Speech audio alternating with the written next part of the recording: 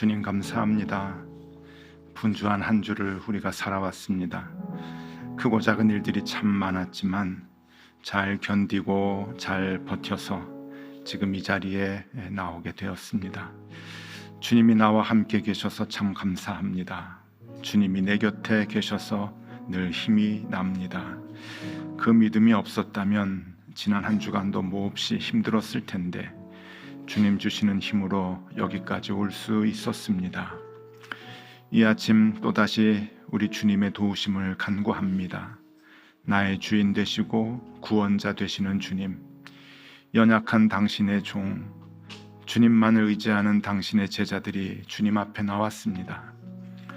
아뢰지 않아도 우리의 모든 마음을 아신다 하셨으니 찾아오셔서 우리의 아픈 마음을 안아 주시옵소서. 주체할 수 없는 우리의 간절한 마음을 주님 이 시간 붙잡아 주시옵소서. 다른 마음 품은 채 다른 것을 의지하면서 주님의 이름 부르는 것이 아닙니다. 온전히 오직 주님만이 나의 구원자이심을 믿으며 우리 주님께 간구합니다. 주님, 이 아침 우리의 기도를 들어 주시옵소서. 심히 불안한 우리의 마음이 주님으로 인하여 안심이 되는 아침이 되게 하여 주시옵소서. 오늘도 우리가 모두 주님의 말씀을 펴니다. 우리가 무엇에 힘을 써야 하는지 이 아침 말씀을 통해 일러주시고, 말씀을 받는 우리는 주신 말씀대로 도전받고 살아갈 수 있도록 인도하여 주시옵소서. 주님의 음성을 기대하오며 예수 그리스도 이름으로 기도드리옵나이다. 아멘. 하나님의 말씀 함께 봅니다. 하나님의 말씀은 사도행전 8장입니다. 사도행전 8장 26절에서 40절까지의 말씀입니다. 사도행전 8장 26절에서 40절까지의 말씀을 우리 한 절씩 교독하겠습니다. 제가 먼저 봅니다. 주의 사자가 빌립에게 말하여 이르되 일어나서 남쪽으로 향하여 예루살렘에서 가사로 내려가는 길까지 가라 하니 그 길은 광야라. 일어나 가서 보니 에디오피아 사람 곧 에디오피아 여왕 간다게의 모든 국고를 맡은 관리인 네시가 예배하러 예루살렘에 왔다가 돌아가는데 수레를 타고 선지자 이사야의 글을 읽더라. 성령이 빌립더러 이르시되 이 수레로 가까이 나아가라 하시거늘 빌립이 달려가서 선지자 이사야의 글 읽는 것을 듣고 말하되 읽는 것을 깨닫느냐? 대답하되 지도해 주는 사람이 없으니 어찌 깨달을 수 있느냐 하고 빌립을 청하여 수레에 올라 같이 앉으라 하니라. 읽는 성경 구절은 이것이니 일러스되 그가 도살자에게로 가는 양과 같이 끌려갔고 털 깎는 자 앞에 있는 어린 양이 조용함과 같이 그의 입을 열지 아니하였도다. 그가 굴욕을 당했을 때 공정한 재판도 받지 못하였으니 누가 그의 대를 말하리요? 그의 생명이 땅에서 빼앗김이로다 하였거늘 그 내시가 빌립에게 말하되 청컨대 내가 묻노니 선지자가 이 말한 것이 누구를 가리킴이냐? 자기를 가리킴이냐? 타인을 가리킴이냐? 빌립이 입을 열어 이 글에서 시작하여 예수를 가르쳐 복음을 전하니 길 가다가 물이 있는 곳에 이르러 그 내시가 말하되 보라 물이 있으니 내가 세례를 받음에 무슨 거리낌이 있느냐? 이에 명하여 수레를 멈추고 빌립과 내시가 둘 다 물에 내려가 빌립이 세례를 베풀고 둘이 물에서 올라올새 주의 영이 빌립을 이끌어 간지라. 내시는 기쁘게 길을 가므로 그를 다시 보지 못하니라. 빌립은 아소도에 나타나 여러 성을 지나다니며 복음을 전하고 가이사랴에 이르니라. 아멘. 잘 지내셨죠? 네, 보고 싶었습니다. 네.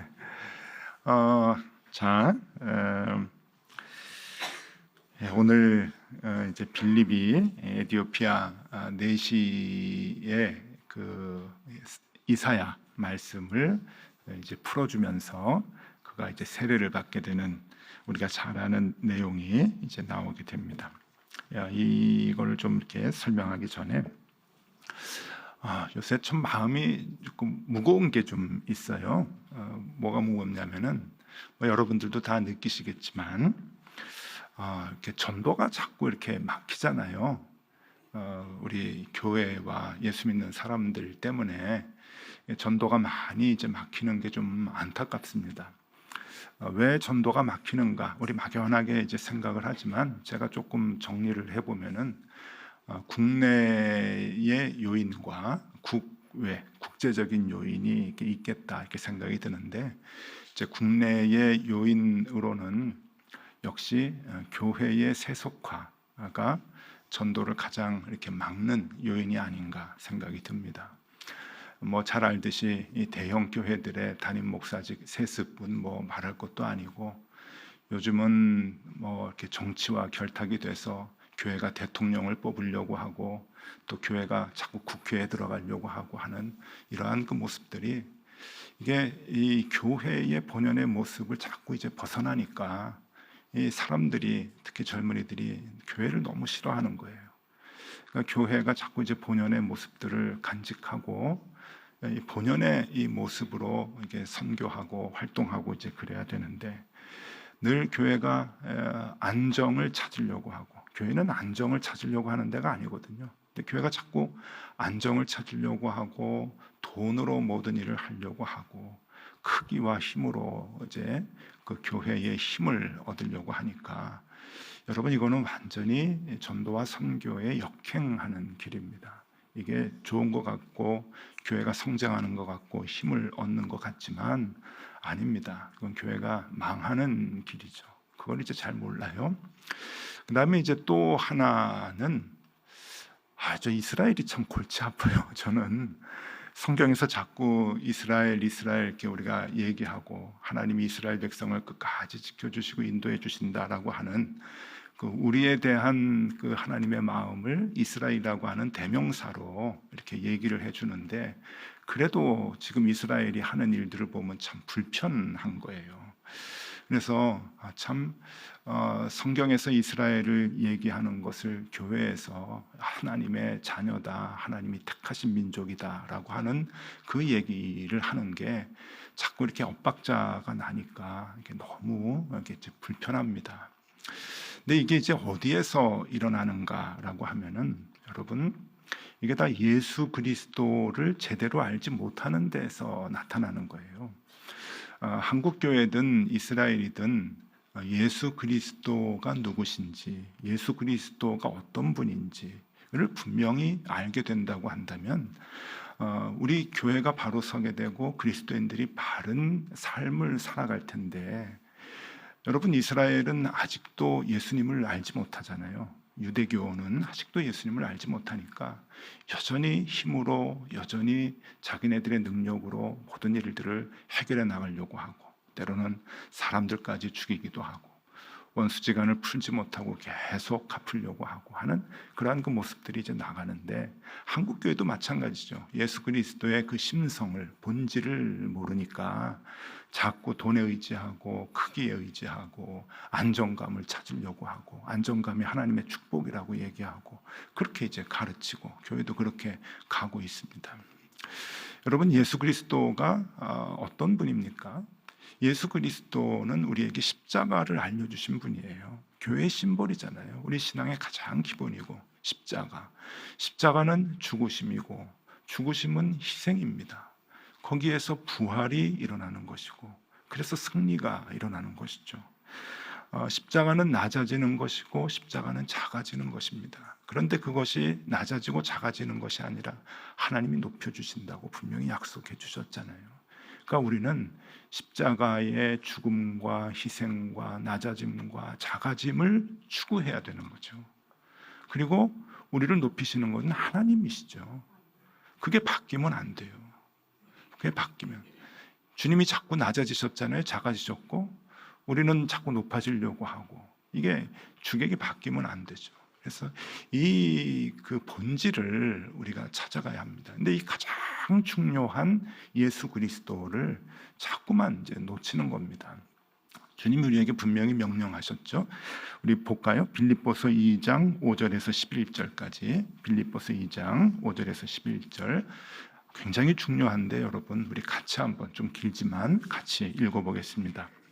너희 안에 이 마음을 품으라. 곧 그리스도 예수의 마음이니 그는 근본 하나님의 본체시나 하나님과 동등됨을 취할 것으로 여기지 아니하시고 오히려 자기를 비워 종의 형체를 가지사 사람들과 같이 되셨고 사람의 모양으로 나타나사 자기를 낮추시고 죽기까지 복종하셨으니 곧 십자가에 죽으심이라. 이러므로 하나님이 그를 지극히 높여 모든 이름 위에 뛰어난 이름을 주사 하늘에 있는 자들과 땅에 있는 자들과 땅 아래에 있는 자들로 모든 무릎을 예수의 이름에 꿇게 하시고 모든 입으로 예수 그리스도를 주라 시인하여 하나님 아버지께 영광을 돌리게 하셨느니라. 아멘. 예. 믿으시죠? 믿으시죠? 예. 그래서 우리가 예수 그리스도의 마음을 이제 품어야 되는 거죠. 예수 그리스도의 마음을 품고 예수 그리스도의 마음으로 살아가는 것은 바로 이 기준을 가지고 살아가라는 거예요. 이 삶의 모습을 가지고 살아가라는 거죠. 근데 여러분 해보십시오. 해보시면 모든 문제가 풀립니다. 근데 우리가 그 비결을 몰라요. 왜? 예수 그리스도를 모르니까. 그 혜택을, 예수 그리스도를 알므로 인해서 삶의 문제가 풀어지는 그 혜택을 우리가 누리지 못하는 것이죠.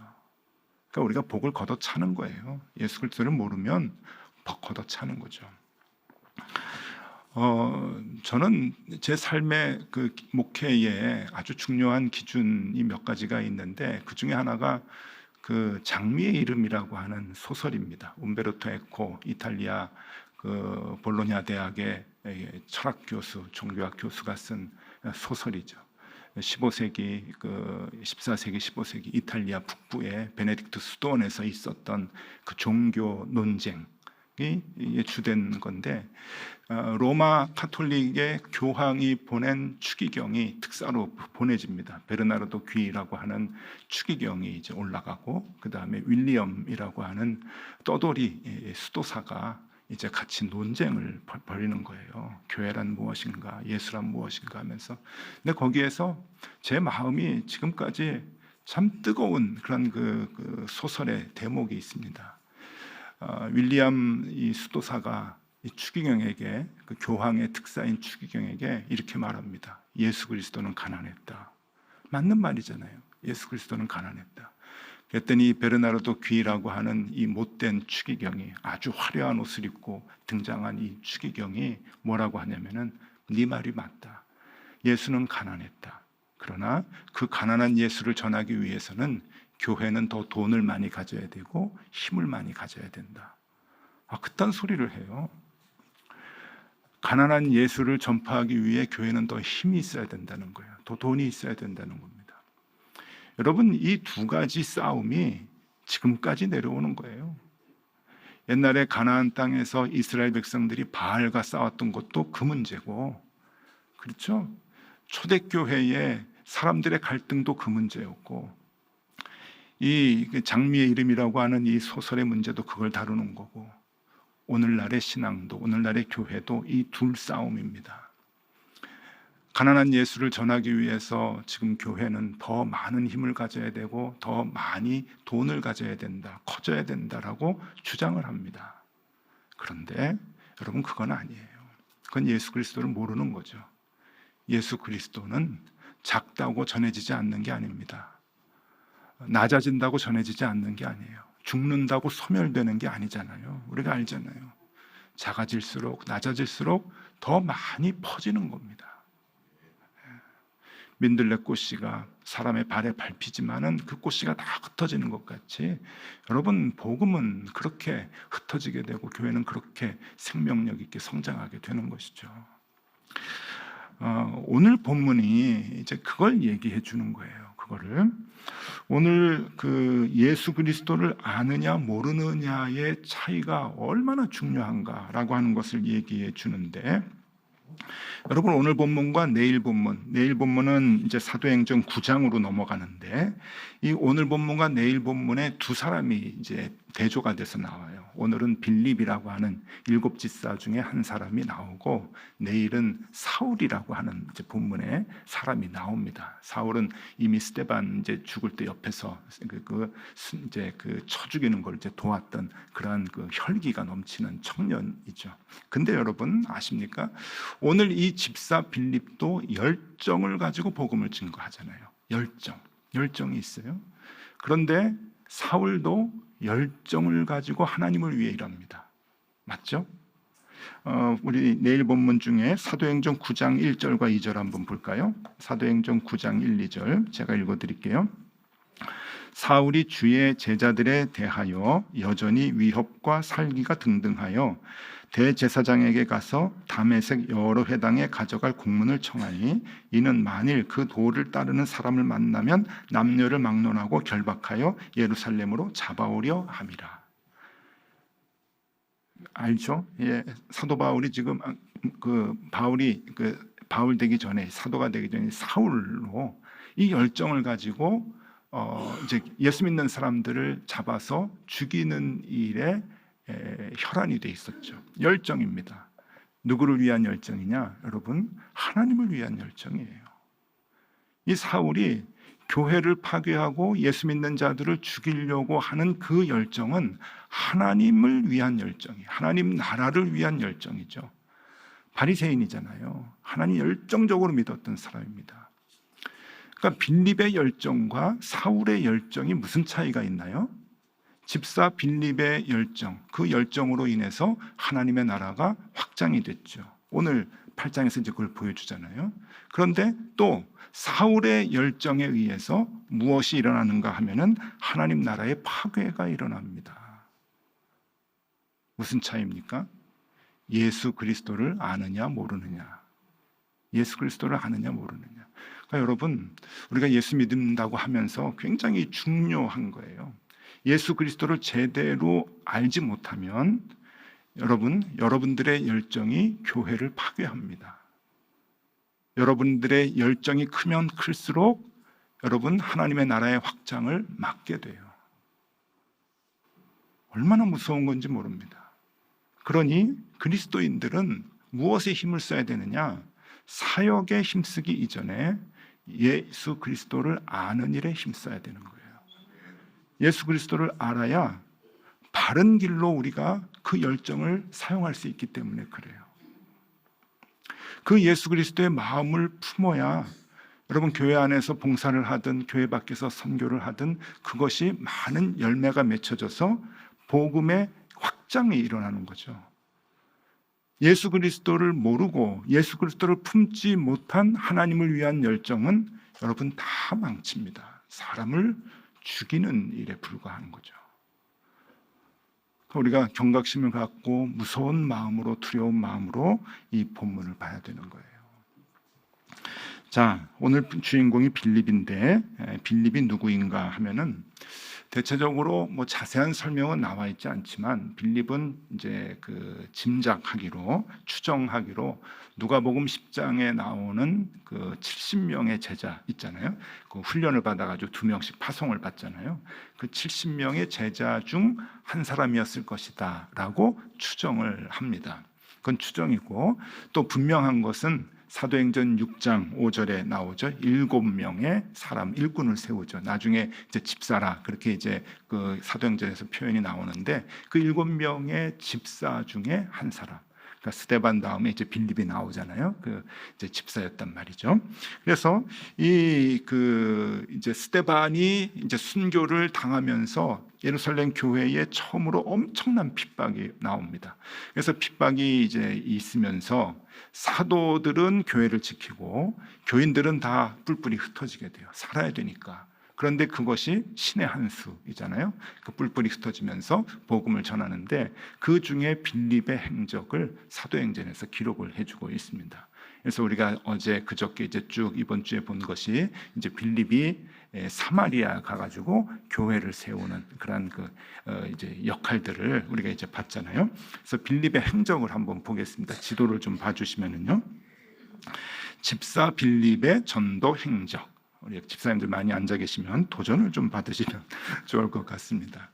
예루살렘의 집사로 이제 임직을 했어요. 임직을 했다가 핍박이 이제 나서 사도들만 교회에 남고 이제 ht어지는데 빌립은 사마리아로 올라갑니다. 사마리아 올라가가지고 여러 이제 에피소드가 있잖아요. 그때 성령의 강권적인 이적과 뭐 일들이 일어나가지고 결국 사마리아에 교회가 세워집니다.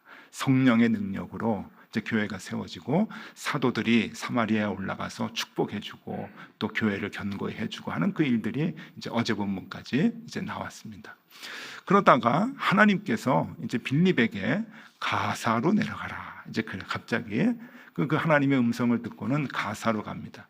가사는 지금의 이제 가자 지구죠. 지금 전쟁에 한참 이제 있는 이제 가자 지구인데 이 가사에 내려가니까 에디오피아에서 온 왕의 내시라고 하기보다는 이제 내무부 장관쯤 되는 거예요. 엄청난 권력을 갖고 있는 사람이 예루살렘에서 올라와서 제사드리러 왔다가 이제 내려가는 길입니다. 왜 에디오피아 사람이 예루살렘으로까지 올라왔는가? 그거는 여러분 에디오피아가 이 솔로몬하고 연결이 되잖아요. 시바의 여왕이 에디오피아 이제 왕으로 우리가 알고 있는데 왔을 때 이제 그 관계가 이제 좋아가지고 복음이 전해지게 되고 그들이 하나님을 믿게 되는데 그 에디오피아의 이제 후예들이 하나님을 이제 유대교죠. 하나님을 잘 믿는 그런 그 사람들이 돼서 이렇게 절기마다 예루살렘에 올라오는 사람들이 있었던 거예요. 지금도 그 에디오피아 국기를 보면은 그 별이 하나 있는데 그 솔로몬의 국기라 그러고 에디오피아 사람들은 자기네들이 유대인의 후손이라고 그렇게 그 지역 사람들은 또 얘기를 합니다. 어쨌든 이렇게 이제 그 예루살렘에 올라와서 이제 하나님께 예배하고 제사하고 이제 내려가는 길에 이사야를 이제 읽었단 말이에요, 마차에서. 그런데 빌립이 하나님께서 이제 다가가라, 그러니까 다가갔어요. 뭘 읽고 있습니까? 뭘 알고 읽으슈? 이제 그런 거예요. 그랬더니 모르겠어요. 어려워요. 그래서 그 부분이 오늘 본문에는 32절, 33절 말씀인데 어떤 말씀을 요약을 해준 건가 하면은 이사야 53장 4절에서 8절까지 말씀입니다. 자, 이사야 53장 4절에서 8절을 지금 그 에디오피아 그 장관이 마차에 앉아가지고 읽는 거예요. 그러니까 참 대단한 거죠. 마차에 앉으면은 그냥 뭐 이렇게 밖을 보고 가야 되는데 그 시간에도 이제 말씀을 보는 거예요. 이사야의 말씀을 이제 보는데 이사야 53장 4절에서 8절 말씀을 봅니다. 이것도 우리 같이 한번 읽어볼까요? 조금 길지만 같이 읽겠습니다. 그는 실로 우리의 질고를 지고 우리의 슬픔을 당하였거늘 우리는 생각하기를 그는 징벌을 받아 하나님께 맞으며 고난을 당한다 하였노라. 그가 찔림은 우리의 허물 때문이요 그가 상함은 우리의 죄악 때문이라. 그가 징계를 받음으로 우리는 평화를 누리고 그가 채찍에 맞음으로 우리는 나음을 받았도다. 우리는 다 양 같아서 그릇 행하여 각기 제 길로 갔거늘 여호와께서는 우리 모두의 죄악을 그에게 담당시키셨도다. 그가 곤욕을 당하여 괴로울 때에도 그의 입을 열지 아니하였으며 마치 도수장으로 끌려가는 어린 양과 털 깎는 자 앞에서 잠잠한 양같이 그의 입을 열지 아니하였도다. 그는 곤욕과 신문을 당하고 끌려갔으나 그 세대 중에 누가 생각하기를 그가 살아있는 자들의 땅에서 끊어짐은 마땅히 형벌받을 내 백성의 허물 때문이라 하였으리요. 아멘. 자, 우리는 이 말씀을 읽으면 예수님 참 감사합니다. 나의 죄를 위해서 나의 허물을 위해서 대신 어린 양의 제물이 되셨습니다. 희생제물 되셨습니다. 알죠? 우리는 다 알아요. 근데 이 내시는 몰랐던 거예요. 에디오피아의 내관은 이제 몰라서 이거를 읽으면서 이게 이사야를 얘기하는 건지 또 딴 사람을 얘기하는 건지 모르겠다라고 빌립한테 얘기를 합니다. 그때 빌립이 마차에 올라타서 하나하나 설명해 주죠. 예수 그리스도이시다. 우리의 죄를 위해서 이렇게 찢기시고 희생당하시고 억울하게 죽으셨지만 우리를 구원하시기 위한 희생제물이 되신 것이다 라고 하는 것을 알려줍니다. 에디오피아 내시가 눈이 떠여지죠. 이 말씀이 그렇구나. 예수 그리스도가 그런 분이구나. 세례 받겠습니다. 물 근처에 가서 세례를 주고 세례를 받고, 그리고 거기에서 또 길을 길이 헤어지는 거죠. 여러분, 이 빌립이 이렇게 복음의 확장을 할 수 있었던 것은 예수 그리스도에 대한 확실한 지식이 있었기 때문이에요. 예수 그리스도가 누구신가라고 하는 그 지식이 있었기 때문에 그가 어딜 가든 하나님께로부터 사용받고 그리고 복음의 확장하는 일에 쓰임받게 되는 것이죠. 가장 중요한 것은, 여러분 오늘 기억할 것은 열정이 아닙니다. 예수를 아는 지식입니다. 그 예수 아는 지식이 뭡니까? 예수님이 누구신지, 나와 어떤 관계인지, 나의 구원자이시라고 하는 그 고백이 있어야 예수 그리스도를 아는 거잖아요.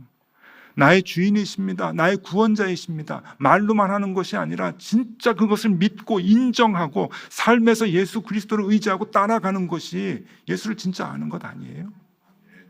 그것을 알아야 모든 일들이 해결된다고 하는 거예요. 예수 그리스도께서 나의 주인이신데 내 모든 근심과 걱정을 다 담당하시는데, 그러면 힘들고 어려워도 이겨낼 수 있어요.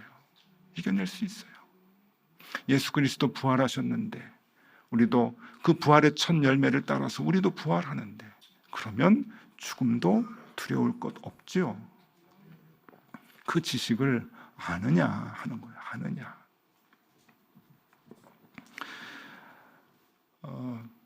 요새 우리가 출애굽기를 보는데, 내일은 이상옥 목사님께서 설교를 해주시는데, 그 다음 주 제가 설교할 때 만나 얘기가 나와요. 만나. 그래서 만나 설교를 하는데, 여러분이 만나가 참 귀한 것 같아요.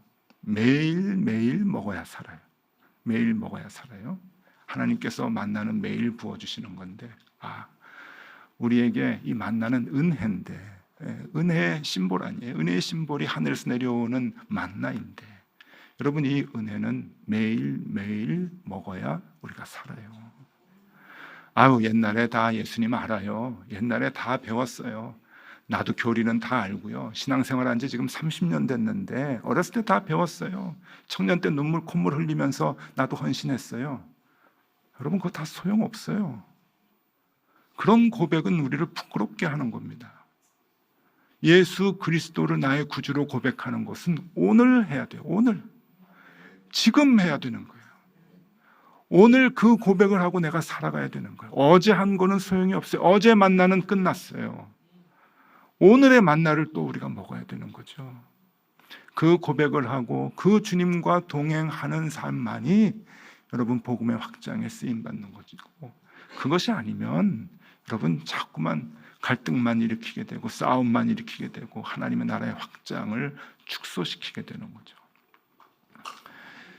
우리가 교회에서 봉사할 때도 예수 그리스도가 나의 구주이시다, 그리고 너희 가운데 이 마음을 품으라, 곧 예수 그리스도의 마음이니 하면서 십자가와 희생과 죽음의 그 마음을 품는 사람들은 여러분 이 사역과 이 봉사도 기쁘게 할 수 있습니다. 그런데 그 예수 그리스도가 내 마음에 없는 사람, 잠깐 또 잊어버리는 사람, 여러분 사역을 하다가 누가 나 무시하고 누가 나 또 업신여기고 그러면은 기분 나쁘죠. 집어 던지고 싸우고 헐뜯고 그러는 거예요. 왜? 예수 그리스도의 마음이 없잖아요. 얼마 전에 어떤 분이 우리 교회에 그 많은 일들을 좀 열심히 좀 이렇게 하셨는데, 다른 분들이 좀 칭찬은 못하고 조금 이렇게 좀 부족한 거 자꾸 지적을 하는데, 내가 봐도 화 나겠다 하는 생각이 좀 드는 거예요. 그런데 그분이 예수 그리스도의 마음을 품고 그냥 이겨내는 거예요. 그 과정을 제가 옆에서 봤거든요. 그래서 제가 너무 신기해가지고 괜찮냐 그러니까, 예수 그리스도의 마음을 품고 일하니까 그냥 아무렇지도 않다. 그거죠. 그거예요. 그때 만약에 그분이 예수 그리스도의 마음을 품지 않았어 봐요, 나도 사회에서는 내가 왕년에 내가 너한테 무시당하고 살 사람이야? 그러면 깨져버리는 거예요. 교회 안에서도 그렇고 교회 밖에서도 그렇고. 자, 빌립보서 3장 8절 말씀, 빌립보서 3장 8절 말씀. 우리에게 가장 중요한 것이 무엇인가? 우리 같이 한번 읽어보겠습니다. 또한 모든 것을 해로 여김은 내 주 그리스도 예수를 아는 지식이 가장 고상하기 때문이라. 내가 그를 위하여 모든 것을 잃어버리고 배설물로 여김은 그리스도를 얻고, 예수 그리스도를 아는 지식이 가장 고상하다. 가장 고상하다. 그리스도 예수를 알아야 돼요. 알아야 돼요. 머리로 아는 것이 아닙니다. 나의 구주로 고백을 하고 그 주님을 쫓아가기로 다짐을 하고 그대로 살아가는 걸 얘기해요. 그게 가장 고상한 거예요. 그 어느 것과도 바꿀 수 없어요. 우리 신앙생활에 가장 중요한 것이기 때문에 그것이 제대로 되어 있어야 여러분 그 뒤에 나오는 모든 행동, 사역, 선교 이런 것들이 바르게 사용된다고 하는 것이죠. 마지막으로 성경 구절 하나 더 보겠습니다. 베드로후서 3장 18절입니다. 베드로후서 3장 18절, 이것도 중요합니다. 같이 읽겠습니다. 오직 우리 주 곧 구주 예수 그리스도의 은혜와 그를 아는 지식에서 자라가라. 영광이 이제와 영원한 날까지 그에게 있을지어다. 아멘. 베드로후서, 베드로의 말이죠. 그러니 초대교회에 교회를 세우고 가장 위대하고 중요한 사도가 둘이 있었잖아요. 바울과 베드로잖아요. 그러니까 바울도 뭐라고 합니까? 가장 중요한 것은 그리스도 예수를 아는 지식이다. 베드로도 뭐라 그럽니까? 그 예수 그리스도를 아는 지식이 가장 귀하다. 그 지식이 자라나야 된다. 왜? 제일 중요한 거니까요. 여러분, 우리 높은 뜻 덕소교회 사역도 중요합니다. 열정도 중요합니다. 그것도 없으면 안 돼요. 그런데 그 바탕에 뭐가 있어야 되느냐? 예수 그리스도의 마음, 예수 그리스도를 아는 지식. 여러분, 그 가장 중요한 것이 없다고 한다면 사상두각에 불과하겠죠. 그러니 저도 그렇고 그 예수 그리스도를 아는 지식으로 목회하고 여러분들도 예수 그리스도를 아는 지식으로 그리스도인으로 살아가게 될 때 하나님께서 우리를 통해서 이 어려운 시대에, 전도의 문이 자꾸 막히는 시대에 예수 그리스도의 모습을 보이며 하나님의 나라의 확장을 위해서 우리를 사용해 주실 것입니다. 그렇게 믿음으로 주님과 함께 동행하는 저와 여러분들 다 되실 수 있기를 바랍니다. 우리 찬양 같이 부르겠는데요. 오늘 처음 불렀던 찬양입니다. 내 삶의 이유라. 참 좋으네요. 이거 부르고 기도하겠습니다.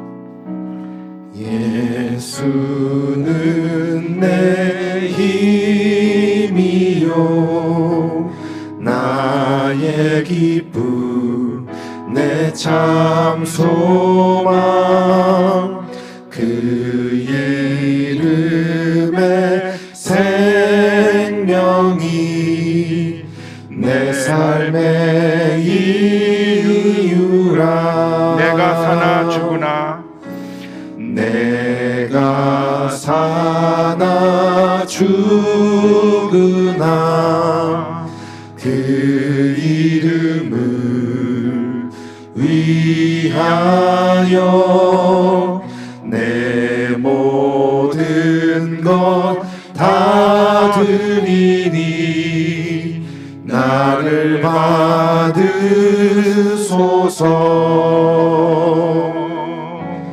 오직 주만 따라갑니다. 오직 주만 높이 받으소서. 내 평생에 그 이름을 그의 선하심을 세상에 노래합니다. 그